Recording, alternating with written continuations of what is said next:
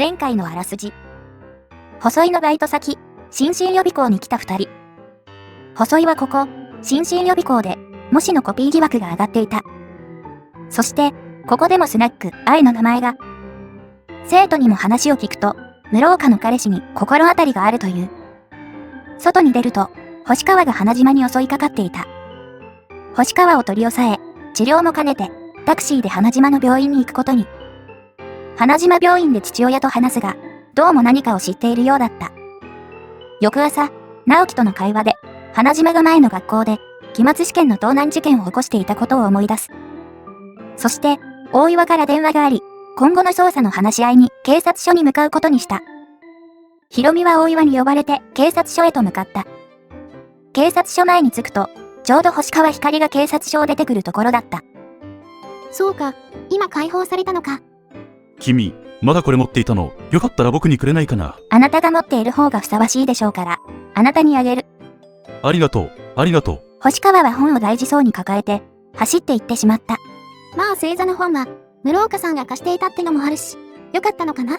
ここは警察署の中です。そういえば、話があるって呼ばれたけど、星川は何を話したんだろう？さっきまで調書を取っていたんだけど読むかい？机の上に置くから読んでごらんよ。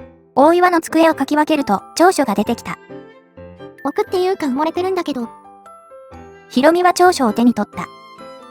調書には要約すると、次のようなことが書かれていた。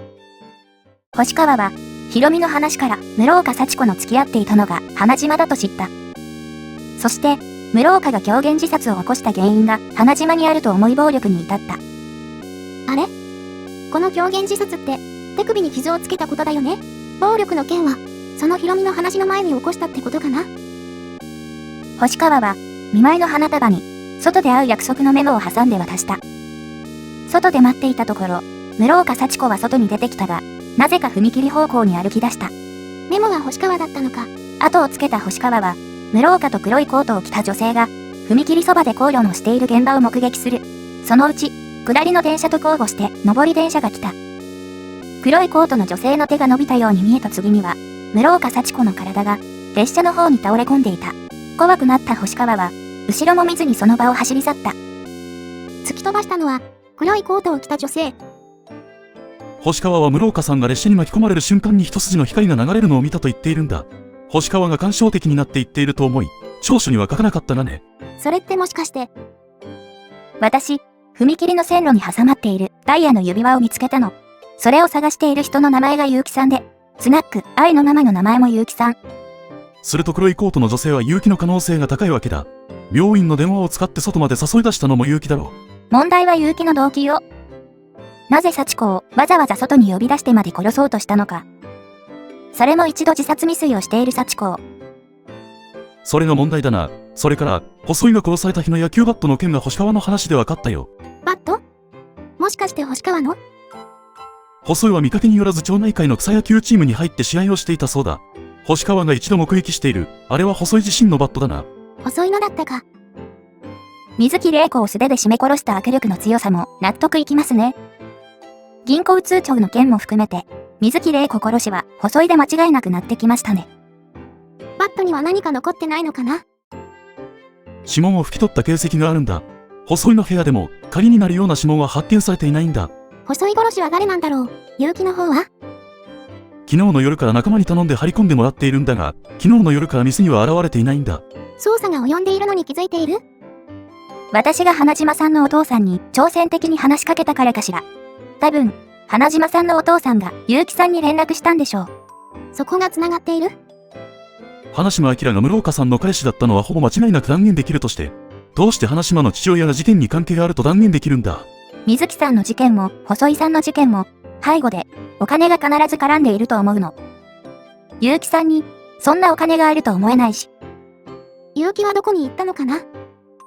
必死に探しているんだけどな。花島の病院には整形科もあるし、顔でも変えられて逃げられたら探すのは困難よ。結城が現れそうな場所の当てはあるのか？結城さんは看護婦さんに指輪の探し物を頼んで行ったの。土曜日の夕方に来るからと言って。今日じゃないか。早速病院に警官を張り込ませよう。結城さんは、幸子を電話で呼び出したように、電話で頼んだ看護婦さんに聞くでしょうね。誰も指輪を見つけていなければ、現場に調べに来るはず。夕方まで時間があるわ。それまでに、周辺の容疑を固めておかないと、証拠不十分で結城さんを逮捕できないわよ。よし、早速花島院長と三田の捜査に入ろう。まずは、三田の方かな。細井の事件の真相をつかまないと。水木玲子のキャッシュカードが見つかれば、三田の細い殺しの線が濃厚になるんだけどな。そういえば、ATM で下ろしたって言ってたね。サングラスに帽子をかぶった女性だけじゃ手がかりにもならないさ。その女性は髪の毛が短いんでしょ？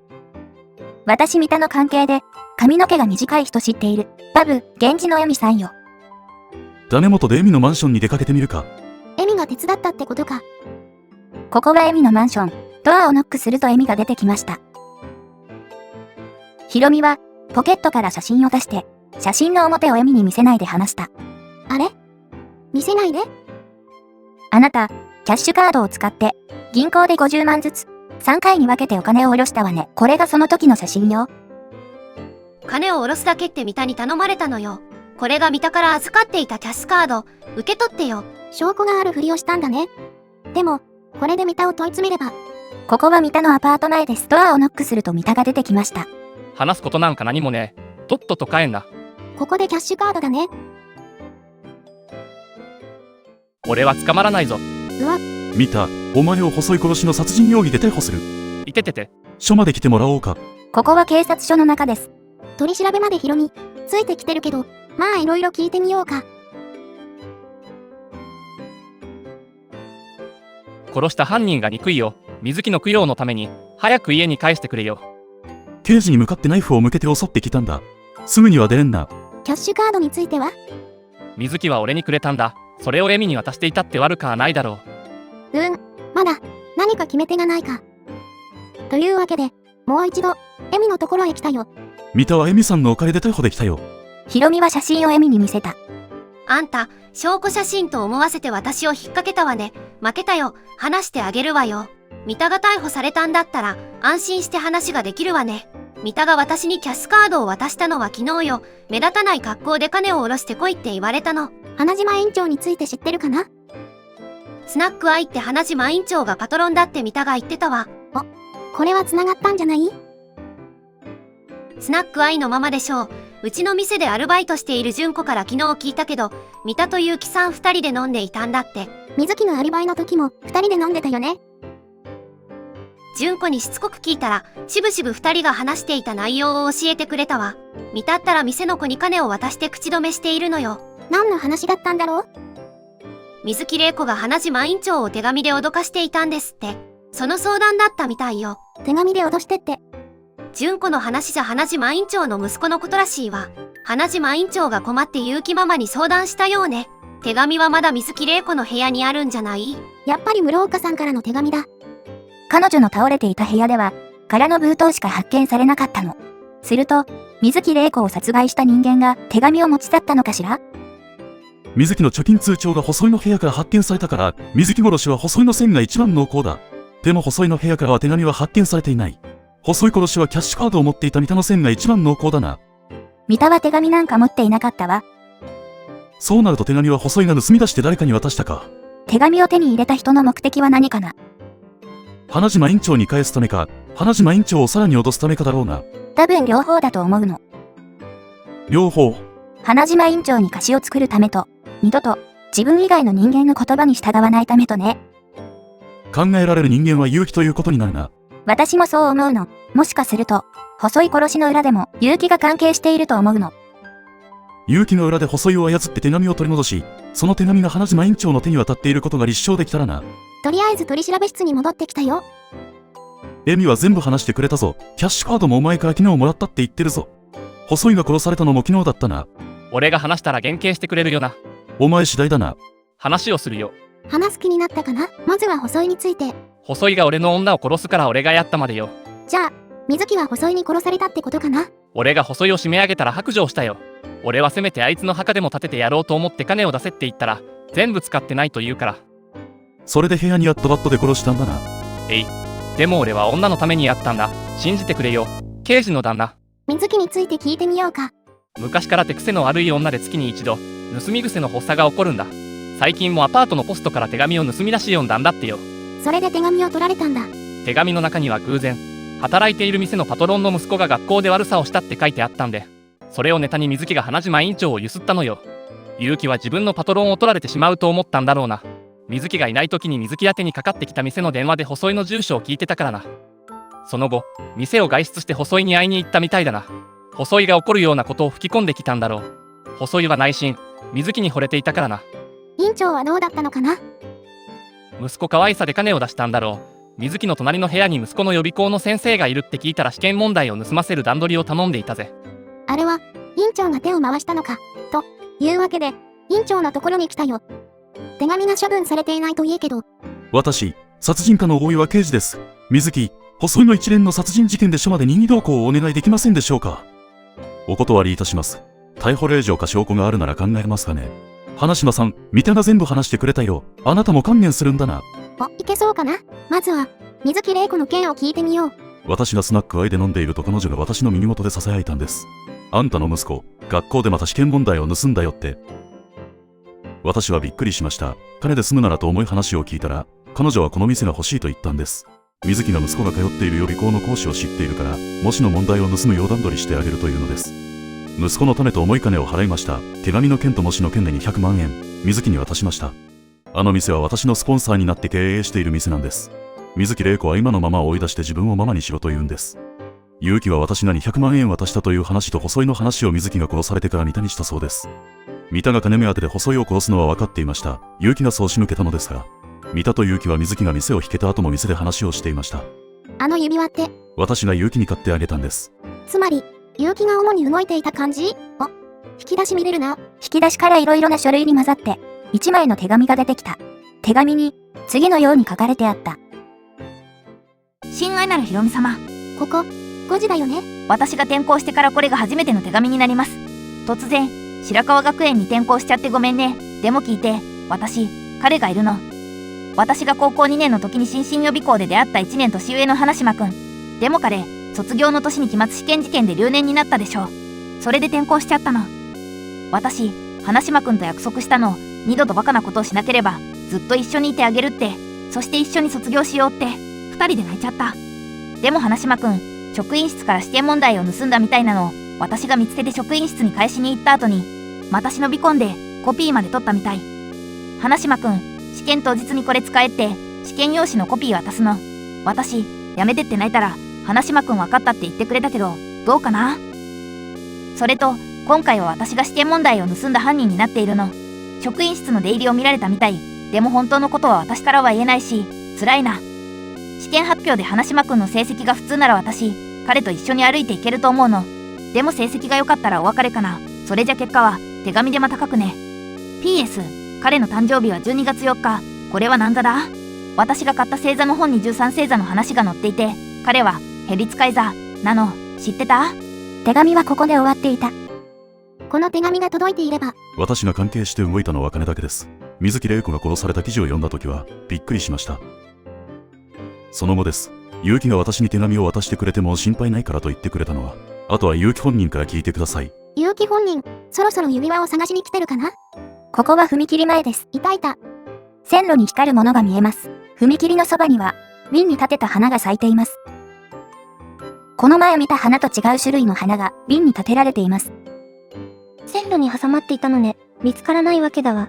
この花は毎日結城さんがちょくちょくこじってるな。先週の日曜日に踏切事故があったでしょう。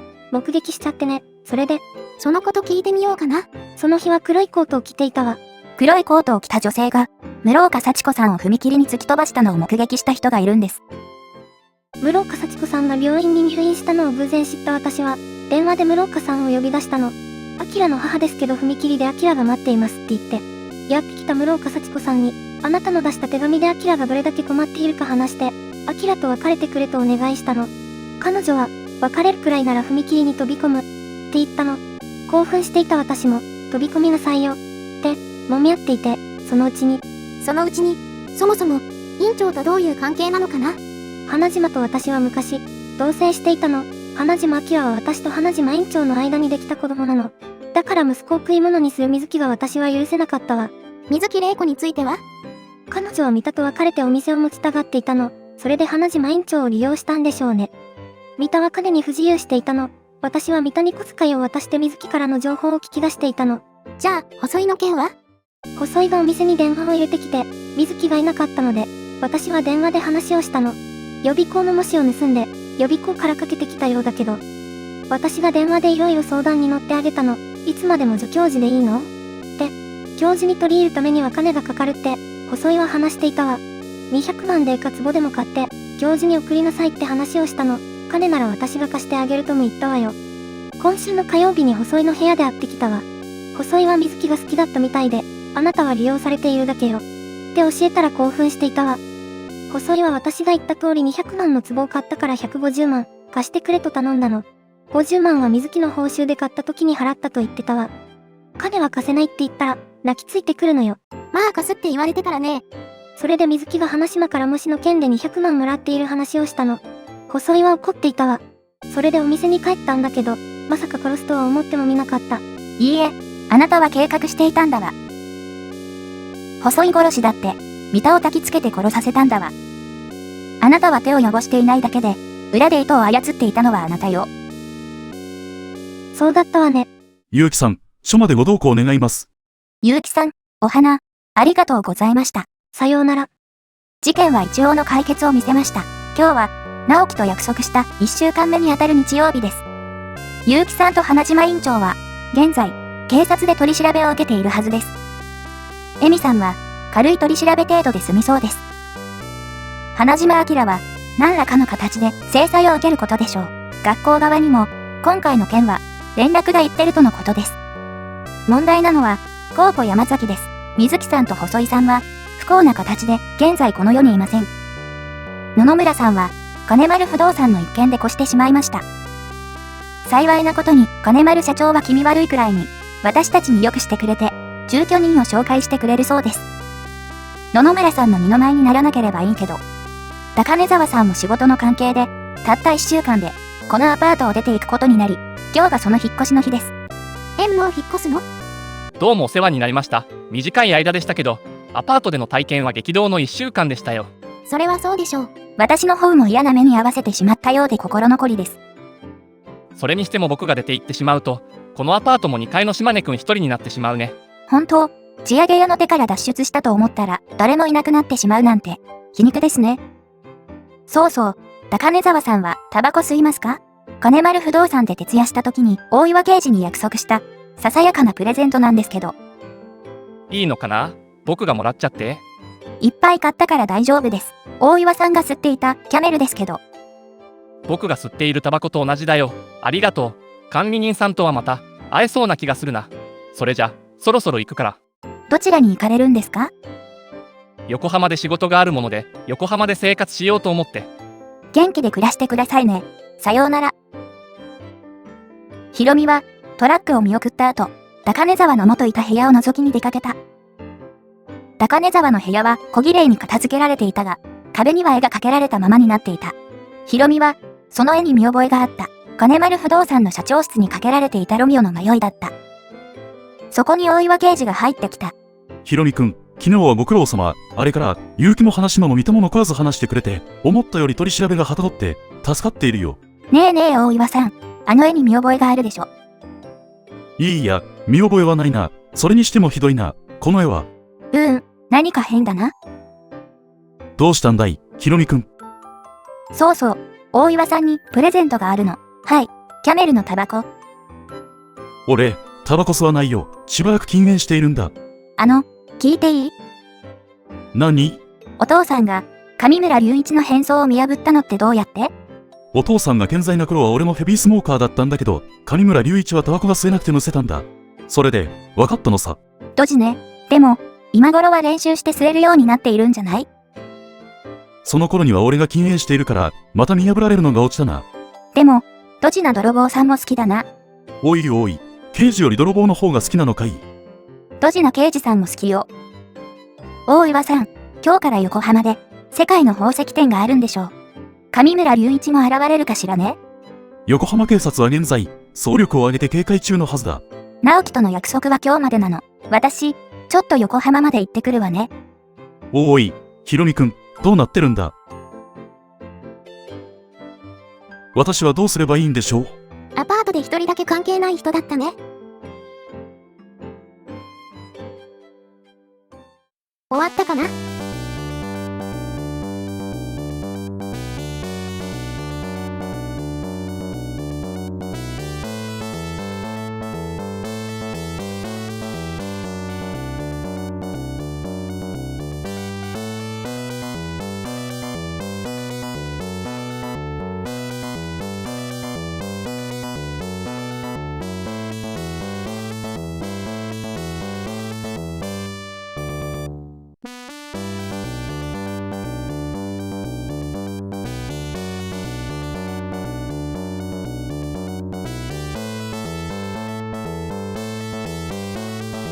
終わりましたね。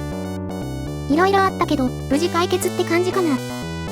高根沢は、多分上村隆一の変装ですよね。多分ね、結構面白かったよ。続いてはいないんだよね。おそらくないと思いますね。それでは、次の動画でまたお会いしましょう。またね。